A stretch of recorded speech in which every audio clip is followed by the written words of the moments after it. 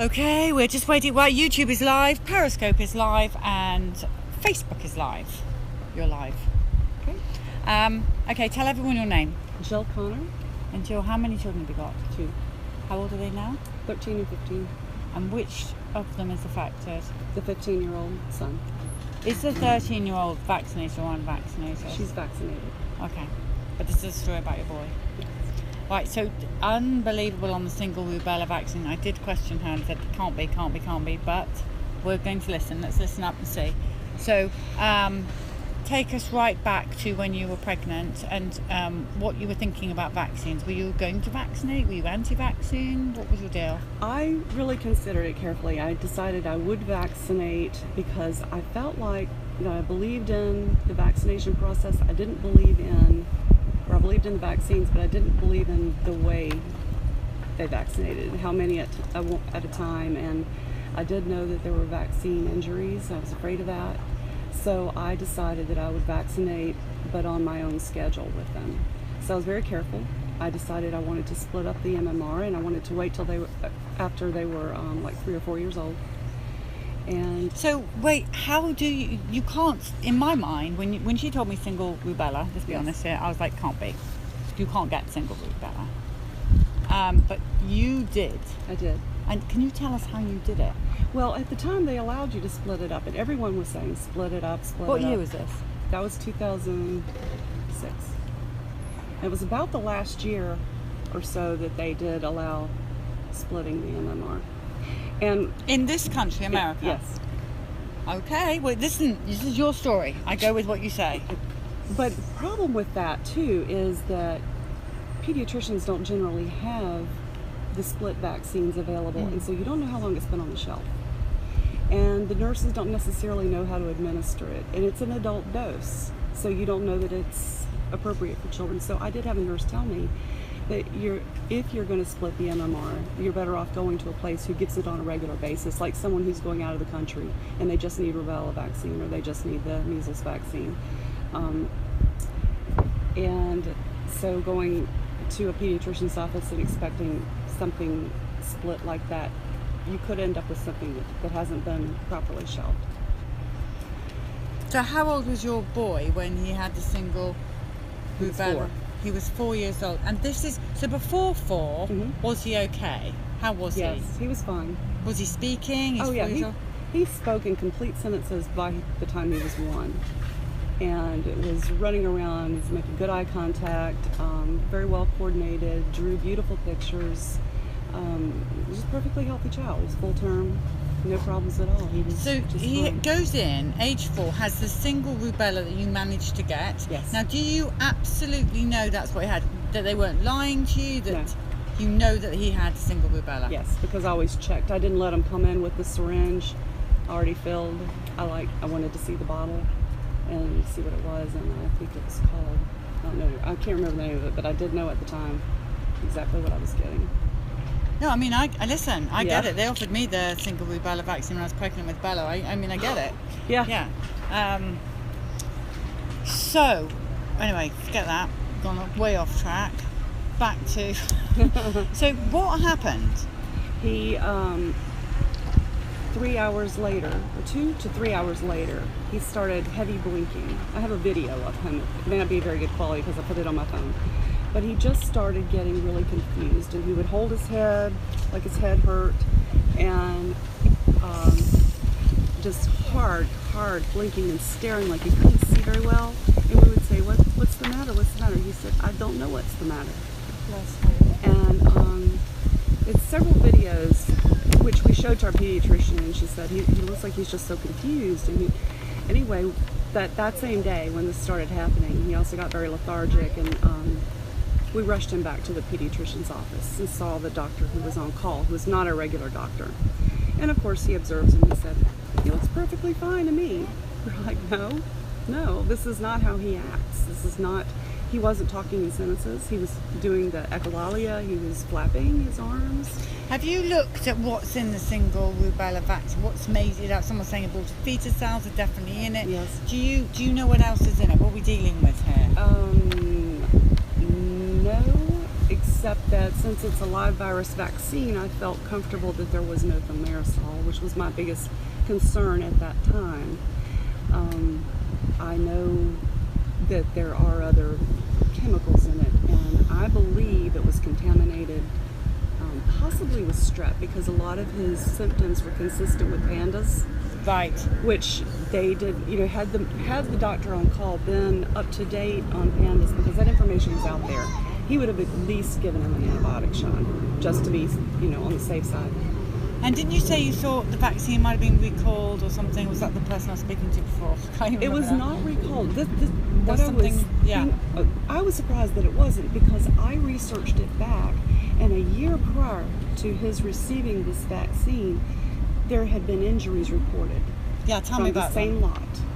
By the same lot, people. Did you hear that? Lot. Same lot. Rubella, single vaccine. The lot had been split, as they do, and sent around the country to different clinics, so that it's harder for people to connect on these things. So I looked up the lot, found out that there were a couple of cases of paralysis, Bell's palsy, other neurological symptoms reported as injuries, and they were in adults. So that also told me that this was probably, unless they gave him half the vaccine, there was no differential between adult dose and a child's dose.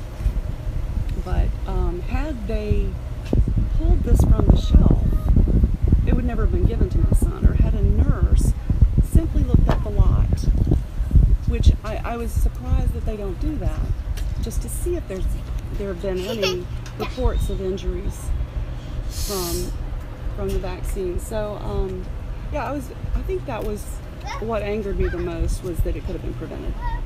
And someone's asking if you reported it to FAIRS. Yes. Good for you. I asked them to report it, and they did. I looked it up, and it was wrong. They had him reported as dead. They had him reported as dead? They had him reported as dead. That's awful. Then they had him also checked that he had fully recovered. I know, it was crazy, right? So I sent my own report in. I'm not laughing at anything else, and I just can't. I don't know how much more of this information I can say. I couldn't believe it. Yeah, I couldn't believe it. So he, the doctor said, 24 hours, see if he gets better. Well, he stopped the frantic behavior, but he did not. He was not connecting with us for, I want to say, probably a year or two. He wasn't making the eye contact. He couldn't hold the pencil and draw. We went to allergy. Was he withdrawing from you? He just wasn't engaged. He's a loving kid, and he was funny. He was so funny and very verbal, and just 4 years old. He just kind of lost that for a while. His sense of humor was gone. 4 years old. We're led to believe, I don't believe any of this, by the way. But you're led to believe that if your child gets over 3, their immune system's strong, all's going to be good. That is BS, guys. You need to know that. Look at your son's 4. Yeah. And our stories say differently. That's right. Yeah, I was surprised. Some people think they're home and safe past 3. Thanks to Vaxxed. No, that's not true. In fact, I mean, the other vaccines like HPV, which I've told them what it's for and why I'm refusing to give it to them, and if they decide they want it themselves, then that's their option. But I think my biggest fault with the system is that they try to give too many at once. They don't know how to recognize and treat reactions. They're dismissive to parents. They gaslight the parents. We got help from an integrative medicine doctor, and that is the only person who really brought him out of the kind of funk he was in. And I could see a difference within 24 hours of some of the medicines or supplements that he was given to take, and he started coming around a little better then. And what about today? He's doing really well, isn't he? He's doing really well today. By the way, people saying they love you. I think you're just so outspoken and good, but you're also calm and sophisticated. By the way, who's your mummy? Liza's daughter said that lady has hair like you should have.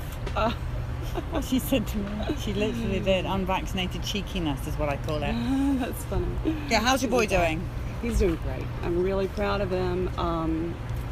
I think from time to time if he's coming down with something or he's nervous and stressed, some of the tics will come back.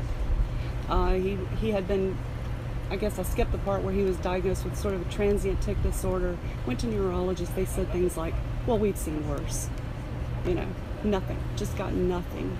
And so basically we decided not to medicate, to let his brain heal itself with integrative medicine and good nutrition, and we feel like that's made a huge difference. And right now he's in high school, he's doing very well and has friends, and he's got a sense of humor back and his quick wit, and I'm happy to give a success story at the end, because it doesn't always work out like that. And I can't tell you the devastation and just the pit in my stomach, how I'd just lie in bed and just cry and pray. And I'm not one that always prays, but I did. And well, it worked. Told you. Worked. Keep going, Peaks. Even if you're in doubt, do it. No, right? Yeah. Looking after my house. Billy, Dr. Suzanne's looking after your house. Hang on, Also, Kent. And Alfie the cat. Bella, Toby and Bailey. And Bella, Toby and Bailey. Okay, sorry about that. So I'm just grateful that this many years later I have a chance to tell what happened. Now, what's your advice? Honest, mother-to-mother, no mess advice to that young mother who's got a baby in her arms, she's just going off to go and get him vaccinated.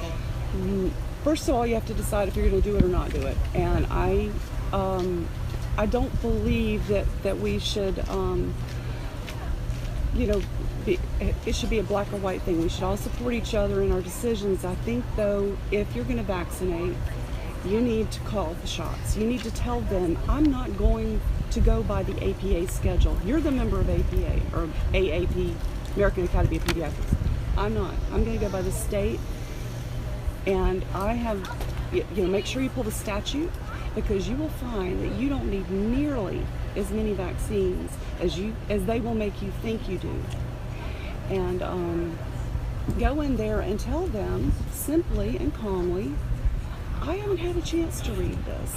I know there's an informed consent law, and I'm not saying that I won't vaccinate, but I want a chance to read this. So I'll do this. I'll make a separate appointment for a vaccine.